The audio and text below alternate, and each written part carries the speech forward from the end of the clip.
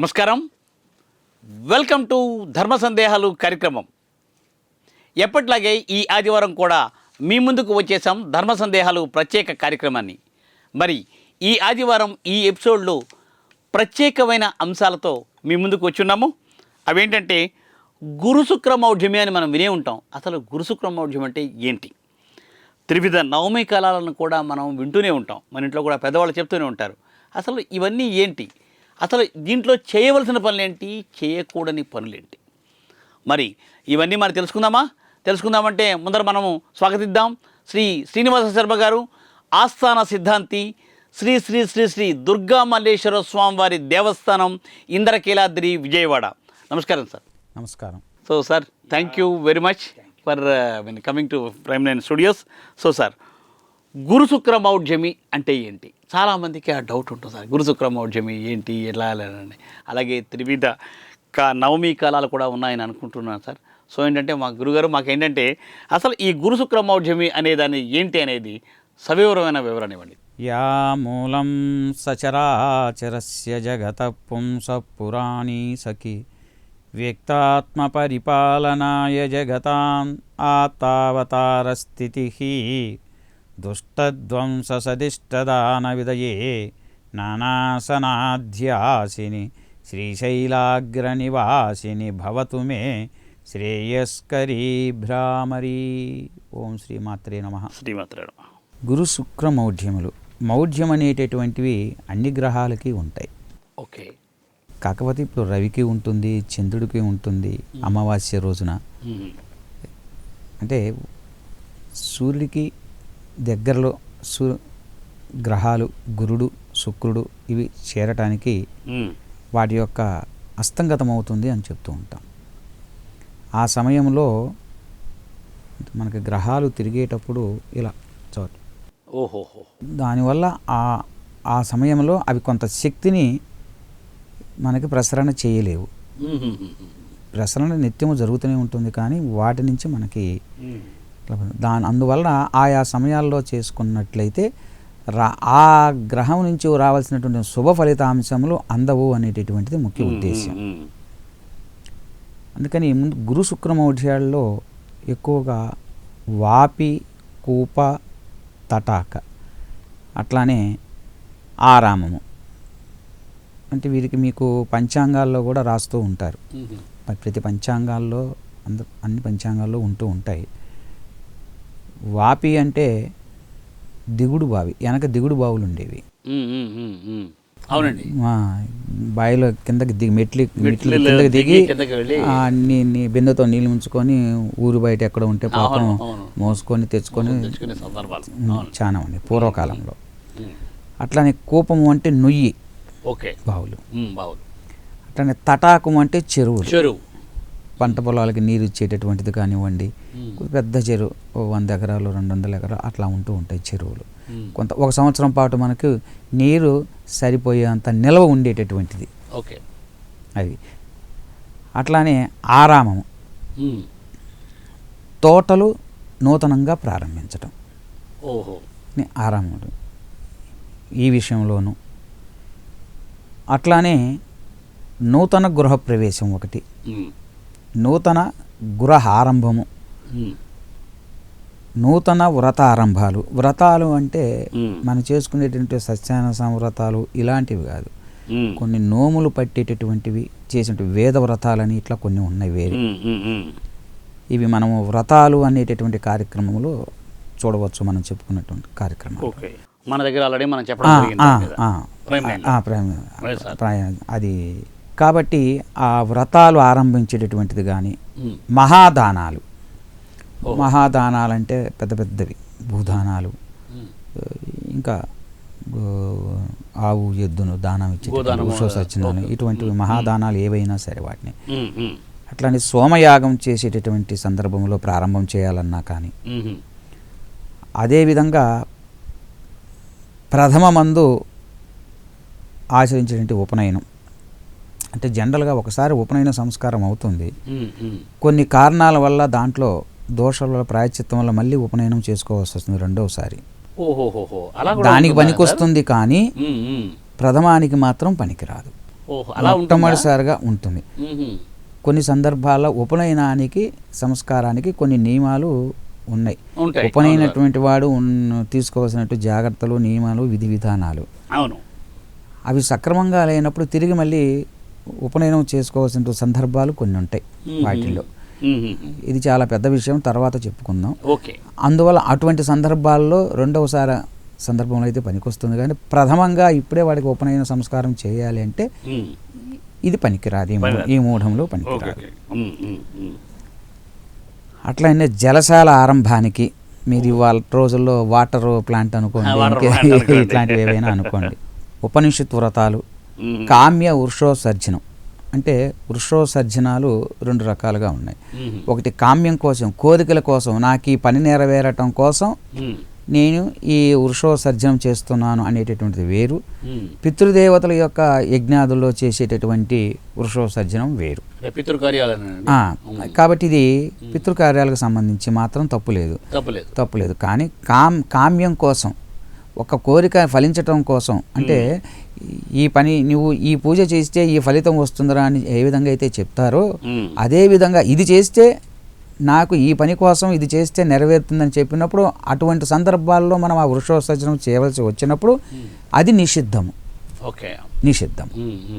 అట్లానే శిశు సంస్కారాలు, మంత్రదీక్ష, శిశు సంస్కారం అంటే చెవులు కుట్టడం, చాలా ఉన్నాయి. ఇవన్నీ చాలా ఉన్నాయి సంస్కారం. ఇవన్నీ కూడా మంత్రదీక్ష అంటే కొత్తగా గురువు దగ్గర ఒక మంత్రాన్ని ఉపదేశం తీసుకోవాలి అనుకున్నప్పుడు మౌఢ్యంలో గురువు గారి దగ్గర మంత్రాన్ని ఉపదేశించకూడదు. దానివల్ల ఏంటంటే ఫలించదు. అట్లానే దేవదర్శనం, తీర్థ దర్శనం. అంటే ఇప్పటివరకు తీర్థయాత్ర ఒకటి కూడా నేను చేయలేదు. ఇక ఇప్పటి నుంచి తీర్థయాత్ర చేయాలనుకుంటున్నాను ప్రప్రథమంగా గనక.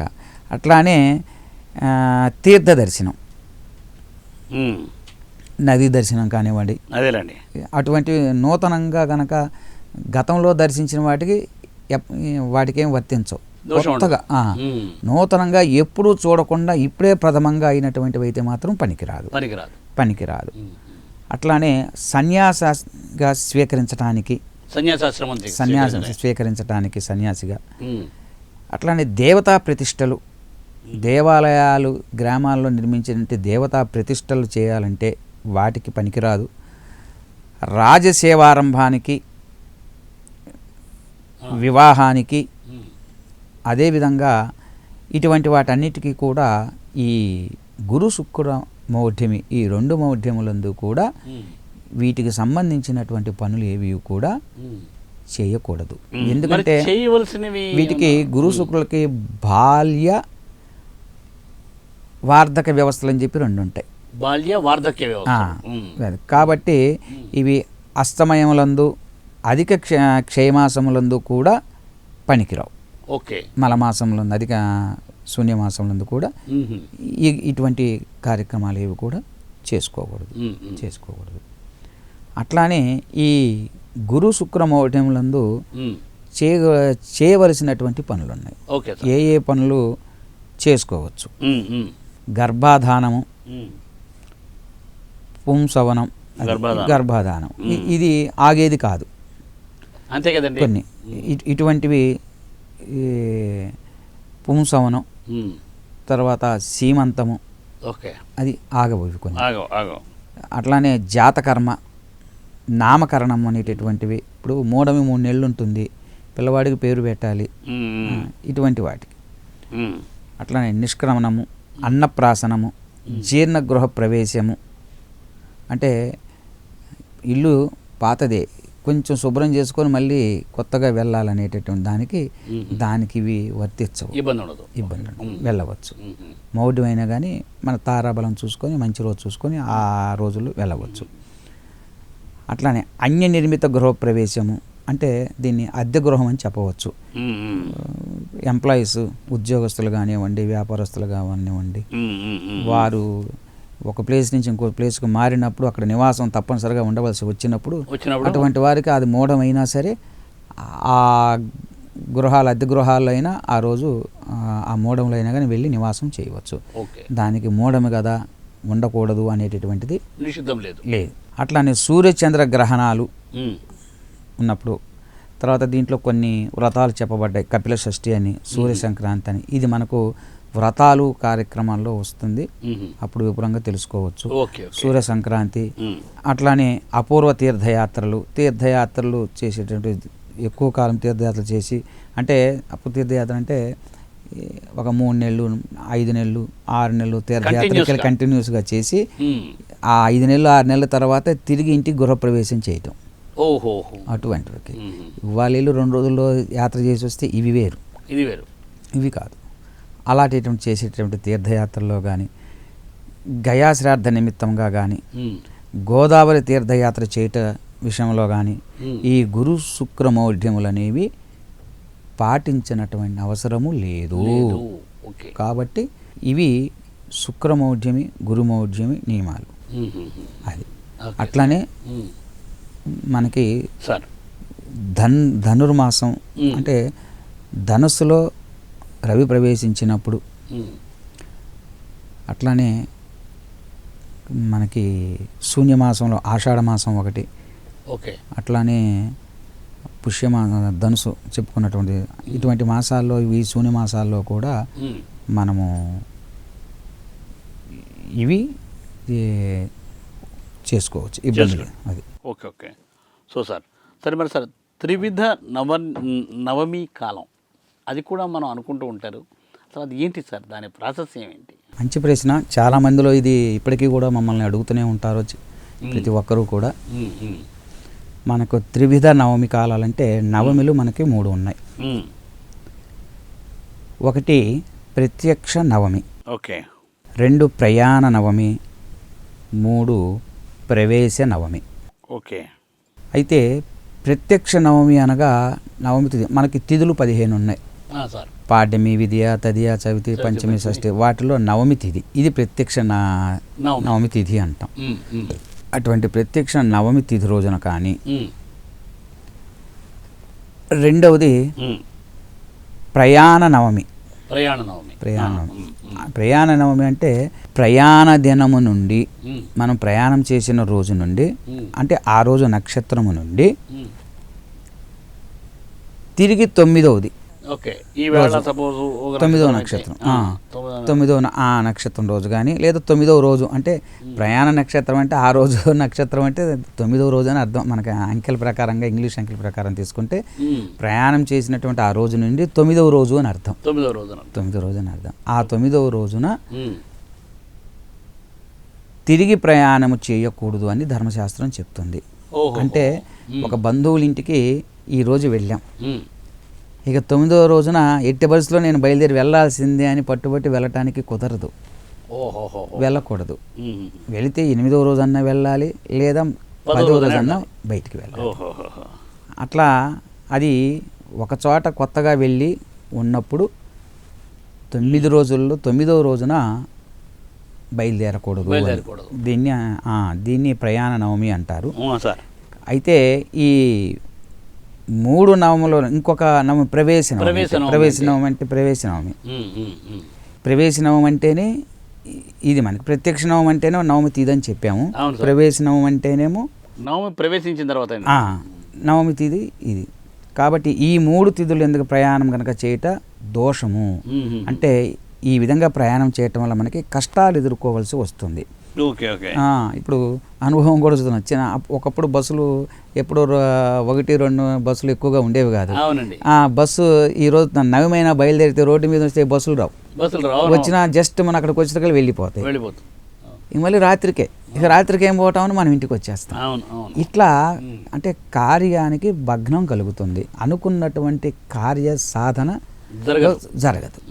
కాబట్టి అందుకని ఇది అనుభవపూర్వకంగా చెప్తున్నారు, ప్రామాణికపూర్వకంగా కూడా చెప్తున్నారు. కాబట్టి అటువంటిది వాటిని విడిచినట్లయితే మంచిది. ఎట్టి పరిస్థితుల్లో దీన్ని విడవాలని తప్పనిసరిగా చెప్పబడుతూ ఉన్నది. ఓకే. పనికిరాదు.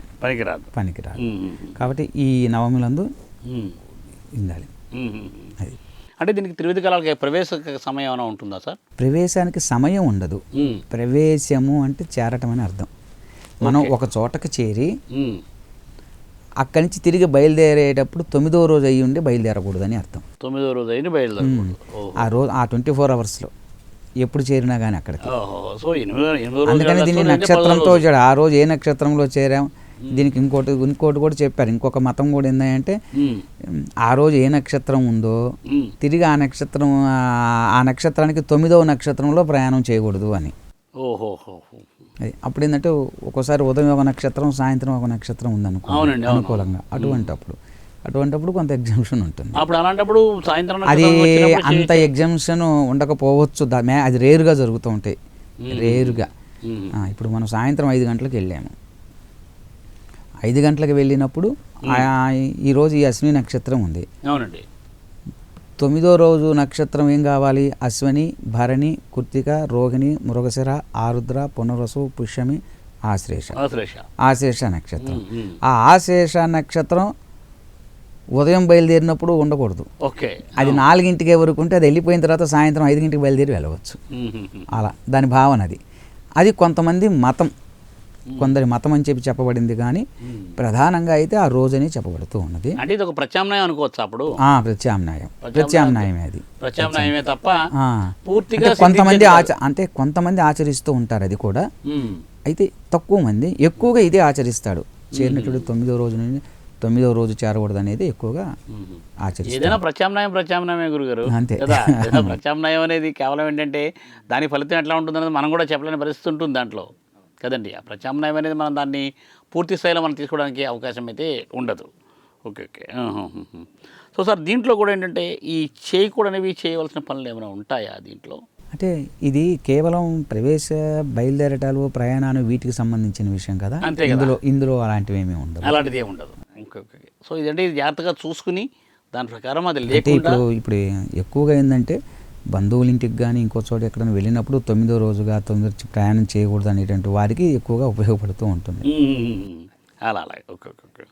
సో ఈ త్రివిధ నవమి కాలం అనేది ఎవరి మంత్ కూడా ఉంటుందంటే జనరల్గా రెగ్యులర్గా వస్తుందా సార్? ఎట్లా సార్ ఇది? త్రివిధ నవమి కాలం అనేటువంటిది మనం చేసే దాని మీద డిపెండ్ అయ్యి ఉంటుంది. అంతే. మనము వెళ్ళటము సంబంధం లేదు, సంబంధాలు ఏమీ లేవు. ఏ రోజు ఎప్పుడు అనేది మన మీద ఆధారపడి ఉంటుంది. నవమి తిథి మాత్రమే ఆధారపడి ఉంటుంది. నవమి ఏది ప్రత్యక్ష నవమి మాత్రమే. ప్రత్యక్ష నవమి అనేటటువంటిది ఏంటంటే నెలలో 2 సార్లు ఉంటుంది. బహుళంలో, శుద్ధంలో 2 చోట్ల వస్తుంది. ఆ రోజు ఇది చేయకూడదని చెప్పి మనకు సహజంగానే అందరికీ తెలుసు. అందరూ అంటూ ఉంటారు నోటి మాటగా, రాష్ట్రంలో ఏ పని తలపెట్టకూడదు అని. జనరల్ కామన్గా మనం సామెతగా వాడుతూనే ఉంటారు. అందువల్ల అది జనరల్గా అందరికీ తెలిసినటువంటిది కామన్గా. కాబట్టి ఆ నవమి అనేటటువంటిది అది కామన్గా మనం ఆచరిస్తూ ఉండేదే. విశేషంగా నేను చెప్పాల్సిన అవసరం కూడా లేదు. అది మనకు అందరికీ తెలిసినటువంటి విషయం. కాబట్టి ఏంటంటే ప్రయాణం నుంచి 9వ రోజు కాకుండా చూసుకునే వాళ్ళని 10వ రోజు కానీ 8వ రోజు కానీ చేసుకుని ఉంటే ఇబ్బందులు అయితే ఏంటంటే మనము అవాయిడ్ చేసిన వాళ్ళం అవుతాం, తొలగించుకున్న వాళ్ళం అవుతాం. అవును. సో మంచిది సార్. సో సార్, చాలా మంచి విషయాలు చెప్పారు. సో గురు శుక్ర మౌఢ్యం నిజంగానే అంటే చాలా మంచి ఇన్ఫర్మేషన్ చాలా చెప్పారు మీరు. నిజంగానే ఈ గురు శుక్ర మౌఢ్యంలో ఏమి చేయొచ్చు, ఏమి చేయకూడదు అనే దాని మీద ఇది చాలామందికి ఉండింది. అలాగే ఈ త్రివిధ కాలం మీద కూడా చాలామంది కూడా ఇలాగే ఇష్టపడుతూ ఉన్నారు సార్. సో చూసారు కదా, గురు శుక్ర మౌఢ్యంలో చేయకూడనివి, చేయవలసినవి, ఏది చేయాలి, ఏది చేయకూడదు అనే దాని మీద గురువుగారు సవివరణమైన వివరణ ఇచ్చారు. కాబట్టి తప్పనిసరిగా ఏంటంటే వీటిని అన్నింటినీ చూసి పాటిస్తూ మీకు అంతా మంచి జరగాలని కోరుకుంటున్నాం. సో థ్యాంక్ యూ శ్రీనివాసరావు గారు. Thanks for coming for prime line studios. Thank you. Okay. So ఇది ఇవాళ ధర్మ సందేహాల కార్యక్రమం. మళ్ళీ మరో ఎపిసోడ్లో మళ్ళీ కలుసుకుందాం. చూస్తూనే ఉండండి ప్రైమ్ 9. నిజం ఇదే మా ఇజం.